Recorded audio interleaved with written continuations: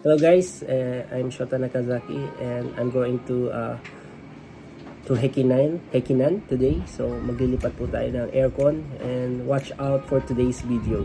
See you soon! Yan, papunta na po tayo ng Hekinan. Nandito po tayo sa highway. Papunta Hekinan. Let's go!